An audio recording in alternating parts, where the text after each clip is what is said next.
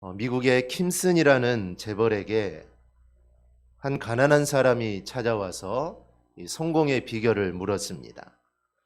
당신이 성공하게 된 그 비결을 좀 알려주실 수 있습니까?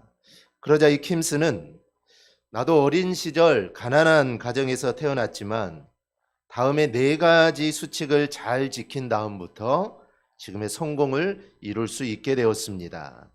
첫째는 주일 성수를 하는 것, 둘째는 시간을 낭비하지 않는 것, 셋째는 술을 마시지 않는 것, 넷째는 11조를 철저히 하는 것입니다. 이 말을 들은 사람은 나도 이 킴슨과 같이 그런 삶을 나도 살아야겠다라고 다짐을 하고 그렇게 10년이 지난 후에 그 역시 킴슨 못지않은 부자가 될 수 있었습니다. 그런가 하면 캐나다의 깁슨이라는 사람 역시 가난한 가정에서 태어났지만 그가 신앙, 금주, 근면이라는 인생의 목표, 3대 목표를 세운 뒤에 크게 성공해 목재왕이라고 이렇게 불리게 됩니다. 이렇게 바른 결심, 이 바른 결심은 사람을 강하게 만들고 우리의 인생을 성공으로 이끌어줍니다. 또한 물질적인 풍요뿐 아니라 영성까지 풍족하게 만들어줍니다. 그러니 우리가 풍성한 삶을 살기 위해서는 반드시 바른 결심을 해야 됩니다. 우리가 새해가 되면은 결심들 많이 하지만 그 매년 하는 결심뿐만 아니라 정말 내 평생에 내가 어떠한 원칙을 가지고 내가 살아가야겠다라는 그 원칙, 그 바른 결심이 우리에게 필요합니다. 요사밧이라는 사람이 있었습니다. 그 아버지는 남유다의 3번째 왕인 아사였습니다. 우리가 아사에 대해 살펴보았듯이 아사는 선한 왕입니다. 그런데 이 말년에 조금 좀 아쉬웠죠. 발에 병이 들었음에도 하나님께 구하지 않고 의사들만 의지하다가 결국 죽고 맙니다. 이때가 주전 869년경입니다. 아사가 죽자 여호사밧이 남유다의 왕이 됩니다. 이때가 열왕기상 22장을 보니 여호사밧이 35세였다라고 합니다. 이 35세 왕이 된 여호사밧은 이 종교개혁을 합니다. 그리고 특히 다른 왕들에게서 찾아보기 힘든 이 여호사밧만의 특징이 있는데 그것은 많은 학교를 세운 것입니다. 그래서 백성들의 교육에 힘을 쓴 왕이죠. 그리고 나라 힘을 키워나갑니다. 여호사밧의 또 특이한 것은 북이스라엘의 아합 왕과 손을 잡습니다. 그 당시 여호사밧 입장에서 보면은 북이스라엘의 아합 왕은 상당히 강력한 세력이었습니다. 그래서 그 강력한 세력을 가지고 있었던 북이스라엘의 아합 왕과 손을 잡게 되죠. 그런데 이게 좀 아쉬움이 남습니다. 왜냐하면 우리가 아는 아합 왕은 이 좋은 왕이 아닙니다. 이 나쁜 왕이죠. 그것도 아주 나쁜 왕입니다. 성경에 나와 있는 나쁜 왕 중에 손에 꼽힐 수 있는 그런 왕이 아합 왕입니다. 그런데 나라가 좀 힘들다고 부강하다고 생각해서 아합과 동맹을 맺는 거 이거는 좀 아쉬운 점이기도 합니다. 이런 여호사밧에 대해서 우리가 살펴볼 건데 오늘은 여호사밧이 어떤 사람이고 그리고 그가 종교개혁을 했는데 어떤 일들을 행했는지 우리가 함께 좀 살펴보려고 합니다. 첫째로 여호사밧은 어떤 사람인지 우리가 살펴보겠습니다. 사실 그 사람에 대한 가장 정확한 판단은 성경입니다.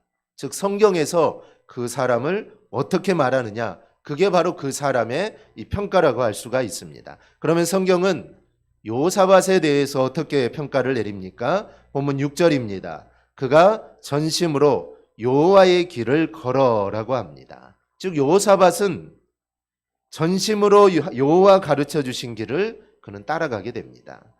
여호사밧이 어떤 사람인지 열왕기상 22장에 보다 구체적으로 나오는데 그중 43절 우리가 한음성으로 함께 봉독하겠습니다. 여호사밧이 그의 아버지 아사의 모든 길로 행하며 돌이키지 아니하고 여호와 앞에서 정직에 행하였으나 산당은 패하지 아니하였으므로 백성이 아직도 산당에서 제사를 드리며 분향하였더라. 아멘. 여호사밧은 여호와 앞에서 정직하게 행했습니다. 즉 여호사밧은 이런 사람이었죠. 두 번째로 여호사밧의 종교개혁입니다. 이거는 본문에 아주 자세히 나옵니다. 3절, 4절 우리 3, 4절 보십시오. 여호와께서 여호사밧과 함께 하셨으니 이는 그가 그의 조상 다윗의 처음 길로 행하여 바알들에게 구하지 아니하고 오직 그의 아버지의 하나님께 구하며 그의 계명을 행하고 이스라엘의 행위를 따르지 아니하였음이라. 아멘. 즉 여호사밧은 다윗과 아사를 그의 신앙의 이 모범으로 여기고 그 길을 따랐습니다. 이 다윗과 아사는 여호사밧의 조상이면서 또 그가 왕이 있는 동안 난간에 봉착하고 해결점을 찾지 못할 때 그에게 길을 제시해 주었던 이 신앙의 선배였습니다. 결국 이런 신앙의 모범을 보인 선배의 길을 따라 살아간 여호사밧은 그들처럼 하나님 앞에 성공한 왕으로 인정을 받게 됩니다. 그리고 이것은 우리에게 아주 중요한 사실을 제공해 줍니다. 북이스라엘과 남유다 동시에 있었던 나라지만 북이스라엘 왕들은 어찌 보면 거의 다 나쁜 왕이고 남유다의 왕은 나쁜 왕도 있지만 그래도 대체적으로 선한 왕입니다. 그렇게 할 수 있었던 것은 이 조상들의 삶을 바라보고 갔기 때문입니다. 북이스라엘은 계속 나쁜 왕이니 그것을 보고 따랐던 왕들도 나쁜 왕이 될 수가 없죠. 그런데 남유다는 그래도 선한 왕들이 있었기 때문에 왕들이 다윗과 아사 또 여호사밧과 같은 이런 선한 왕들을 바라보면서 정치를 하니 그 사람도 당연하게 선한 길로 갈 수가 있었다는 것입니다. 우리가 신앙생활을 함에 있어서 나를 이끌어줄 신앙의 선배 또 스승이 있다는 것, 이게 얼마나 중요한 일인지 모릅니다.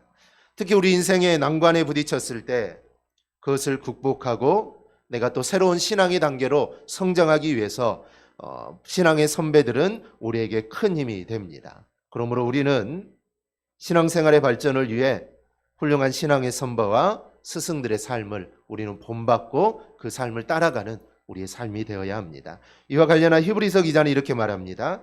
이러므로 우리에게 구름같이 둘러싼 허다한 증인들이 있으니 모든 무거운 것과 얽매이기 쉬운 죄를 벗어버리고 인내로서 우리 앞에 대한 경주를 하며 믿음의 주요 또 온전하게 하신 이인 예수를 바라보자. 히브리서 11장 여기서 많은 신앙의 위인들이 소개되는데 그 신앙의 인물들을 기억하면서 우리들도 그들처럼 믿음의 경주를 해야 된다라는 말씀입니다. 그것을 달리 말하면 그들의 믿음의 선진들을 본받으라라는 것입니다. 여러분 멘토라는 말을 들어보셨을 겁니다. 멘토의 유래에 대해서 전에 한번 말씀드렸는데요. 멘토는 그리스 신화에 나오는 이 사람의 이름입니다. 오디세우스는 이 트로이 전쟁을 떠나면서 그의 가장 친한 친구 멘토에게 자신의 아들을 맡깁니다. 멘토는 때로는 스승이 되고 또 친구가 되기도 하고 또 어떨 때는 또 부모처럼 이 텔레마코스를 양육합니다. 그리고 10년이 지난 뒤에 이 오디세우스가 다시 돌아왔을 때 자신의 아들이 아주 훌륭하게 자라 있는 것을 보게 됩니다. 그때부터 멘토라는 이름은 훌륭한 선생이라는 그 뜻으로 이렇게 쓰이게 됩니다. 이처럼 우리 신앙 공동체에도 우리가 마음의 상처를 받고 또 때로는 영적인 침체에 빠지고 또 깊은 고민에 눌려 있을 때 정말 상담해주고 치료해주고 나를 일으켜 세워줄 이 멘토들이 필요합니다. 마치 학생들이 많은 시간을 들여서 정말 수학 문제를 풀고 있는데 이게 도저히 풀리지가 않습니다. 그런데 선생님이 가르쳐주면 이 몇 분 만에 그 해답과 답을 알 수가 있는 것과 같습니다. 마찬가지로 우리 안에 정말 도저히 해결할 수 없고 도저히 풀리지 않는 이런 영적인 난제들이 있을 때 영적 멘토와의 관계를 유지하는 것은 정말 중요한 것입니다. 사도 바울도 이 다메섹에서 예수님을 만나고 도무지 해결할 수 없는 그 문제에 봉착을 하게 됩니다. 그때 사도 바울은 아냐니아를 통해 그 문제를 해결을 받습니다.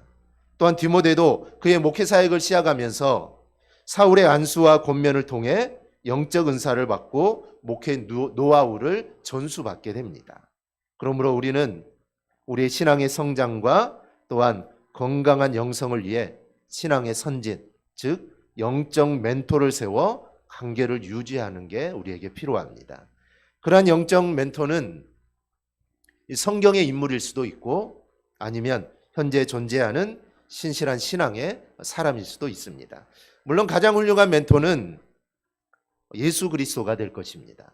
그리고 내가 그리스도를 본받은 자 된 것 같이 너희도 나를 본받으라라고 말했던 이 사도 바울도 우리의 훌륭한 신앙적 멘토가 되기에 이 부족함이 없습니다. 아무튼 성도들은 다 신앙의 멘토들을 세우고 그리고 그들의 좋은 신앙의 행적을 본받아 행하는 것이 정말 중요합니다. 그래서 그냥 생활을 하는 것이 아니라 그냥 왔다 갔다 하는 것이 아니라 정말 나의 신앙의 멘토를 세우고 다윗이면 다윗 아니면 사도 바울이면 사도 바울 그 사람을 멘토로 세우고 그 사람이 행했던 일들을 살피고 나도 이 사람처럼 내가 살아야겠다 이런 마음가짐을 가지고 신앙생활하는 거 이거는 정말 중요한 것입니다. 여호사밧에게도 바로 이러한 멘토가 있었던 겁니다. 그래서 나라를 잘 이끌어갈 수 있었던 것이죠. 그런 여호사밧의 모습이 하나 더 나오는데 그는 바알에게 구하지 않았다는 겁니다. 이것이 아무것도 아닌 것 같지만 바알에게 구하지 않는 것, 바울은 우상이 아닙니까? 우상에게 구하지 않는 거 이거 당연한 것 아니냐? 하나님을 섬기는 사람이라면 여호와를 섬기는 자라면 바알에게 구하지 않는 거 당연하다고 생각하지만 그 당시에는 이거는 엄청난 결단이요 결심입니다. 여러분 왜 북이스라엘이 여로보암을 이시한 왕들이 집요하게 바알을 섬긴지 아십니까? 정말 바알을 섬기고 우상을 섬기다 하나님의 진노가 임하는데도 그들은 줄기차게 바알을 섬깁니다. 그 이유는 바알이 풍요와 다산의 신이요 농사의 신이기 때문입니다. 지금 들으면 우스운 이야기지만 그 당시에는 고대 중동 지방 사람들은 이것을 받아들이는 것, 즉 바알이 풍요와 다산과 농사를 주관하는 신이라는 것, 그리고 그를 섬겨야 한다는 것을 받아들이는 것은 이거는 보편적인 진리였습니다. 여호와를 섬기든 아니면 다른 신을 섬기든 그거와 상관없이 바알을 섬기는 것은 이거는 당연한 일입니다. 이스라엘 북쪽 지방은 남쪽에 비해 농사를 많이 짓습니다. 농사를 짓는 사람에게 가장 중요한 것은 비입니다. 비가 와야 농사를 짓고 그래야 이게 풍년이 들기 때문이죠. 그런데 당시 중동 지방 사람들은 그 비를 내려주는 신이 바로 바알이라고 생각을 했습니다. 그래서 열왕기상 17장을 보면 이 북이스라엘 3년 6개월 동안 비가 내리지 않습니다. 그리고 열왕기상 18장에서 그 가뭄의 해결자가 누구인지, 즉 비를 내리는 신이 누구인지, 바알인지 여호와인지 그 대결을 하게 되죠. 즉 비를 내리는 신은 바알입니다. 그런데 하나님께서는 이런 생각을 가지고 있는 그 사람들의 생각을 바로잡기 위해 이 대결을 벌인 겁니다. 그냥 하나님이 비를 내릴 수도 있죠. 그냥 3년 6개월이 지난 후에 하나님이 비를 내릴 수도 있습니다. 그런데 하나님은 이 대결을 하게 하신 것은 비를 내리는 신은 바알이 아니라는 것입니다. 비를 주관하시는 분은 오직 하나님이라는 것을 이스라엘 사람들로부터 알게 하기 위해서 그 대결을 하게 되는 것입니다. 그래서 여호사밧은 그 당시 바알이 비를 내리고 바알이 풍요와 이 모든 것을 주관한다는 생각이 만연했던 그 시대에 여호사밧은 단호하게 바알을 배격합니다. 그리고 바알에게 구하지 않습니다. 여호사밧은 비를 내리고 풍요를 주는 신이 바알이 아니라 여호와 하나님이라는 것을 그는 알고 있었던 것이죠. 그리고 바알을 섬기지 않는 것은 그 신앙과 믿음을 행동으로 옮긴 것입니다. 그런 여호사밧에게 하나님이 어떤 복을 내렸는지 5절을 보면 알 수 있습니다. 그러므로 여호와께서 나라를 그의 손에서 견고하게 하심에 유다 무리가 여호사밧에게 예물을 드렸으므로 그가 부귀와 영광을 크게 떨쳤더라. 여기 보니 나라를 견고하게 하시고 그에게 부를 주시고 영광을 주십니다.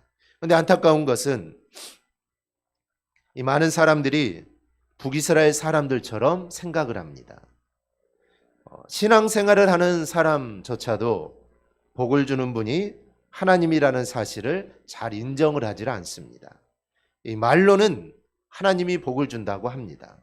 그러나 실제로 그렇게 믿느냐? 또 근데 그게 그렇지 않습니다. 그래서 자꾸 다른 것을 의지하죠. 하나님이 복을 주신다고 하지만 그게 진짜냐라고 그러면서 다른 것을 의지합니다. 한마디로 믿지를 않습니다.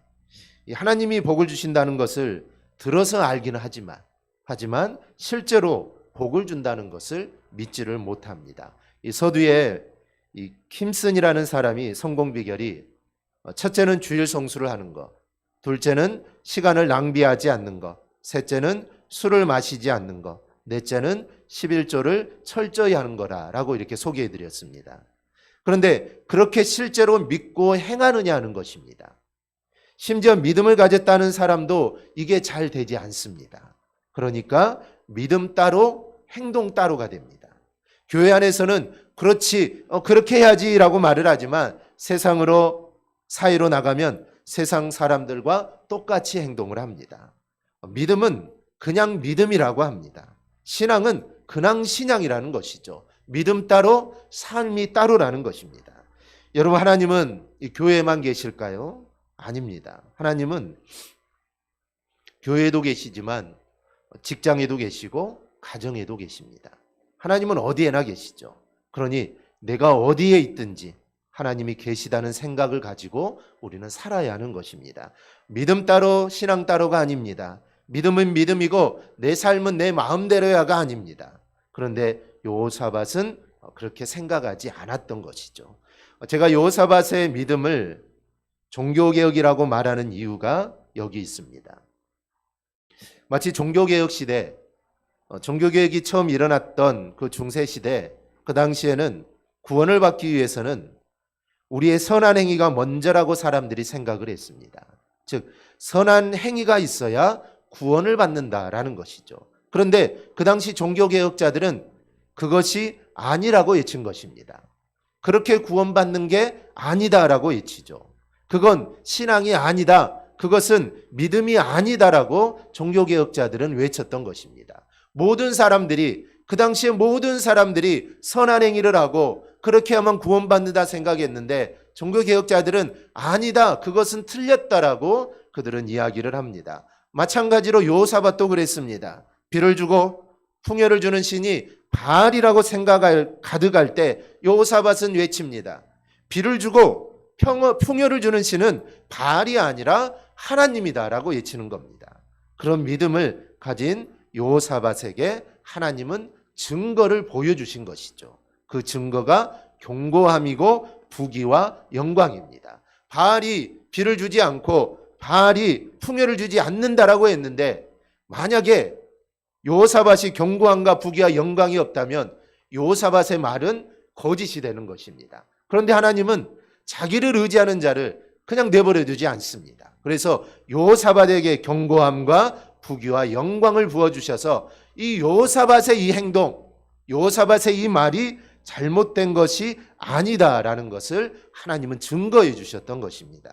본문 6절을 보면 여호사밧이 행한 더 구체적인 일이 나옵니다. 그가 전심으로 여호와의 길을 걸어 산당들과 아세라 목상들도 유다에서 제거하였더라. 물론 22장 열왕기상 22장을 보면 이 산당을 모두 제거하지는 못합니다.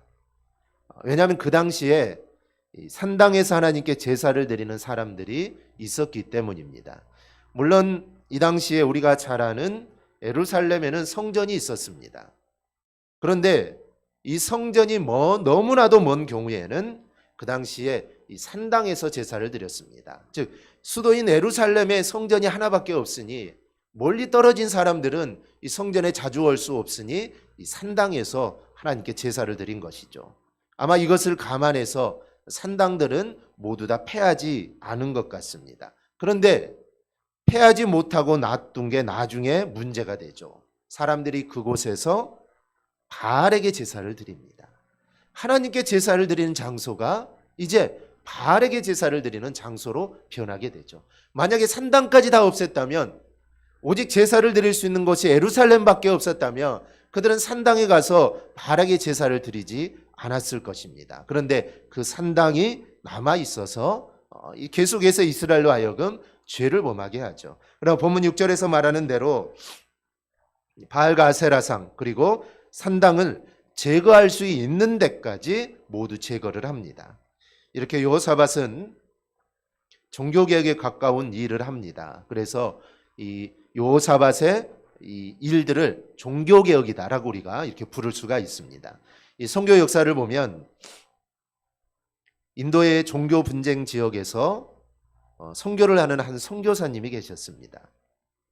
근데 그곳에서는 이 배교자에 대한 처벌이 너무나도 엄격해서 간혹 복음을 받아들인 사람이라 할지라도 만약에 자신이 배교에 의해서 그의 가해질 처벌이 두려워서 실제로 주님을 영접한 사람들은 전혀 없었다고 합니다. 그런데 어느 날 밤 힌두교를 믿고 있는 한 여인이 찾아와서 자신이 크리스찬이 되겠다고 하면서 자신에게 세례를 베푸어 주려고 합니다. 선교사님은 너무나 기뻤겠죠. 정말 수십 년 사역했는데 이렇게 믿는다고 한 사람이 한 명도 없었는데 한 여인이 찾아와서 믿겠다고 하니 얼마나 기쁘겠습니까? 그런데 한편으로는 또 걱정이 되기도 했습니다. 그러나 찾아온 여인은 자신이 당할 고난을 알고 있다라고 이야기를 합니다. 제가 크리스찬이 되면 어떤 고난을 당할지 저는 알고 있습니다. 그러나 이 모든 것을 감당할 준비가 저에게는 되어 있습니다. 제가 복음을 통해서 얻은 확신 중 하나는 주님이 나를 위해서 이보다 더 엄청난 고난을 받으셨다는 사실이기 때문입니다. 참 대단하지 않습니까? 사실 이게 진짜 믿음입니다.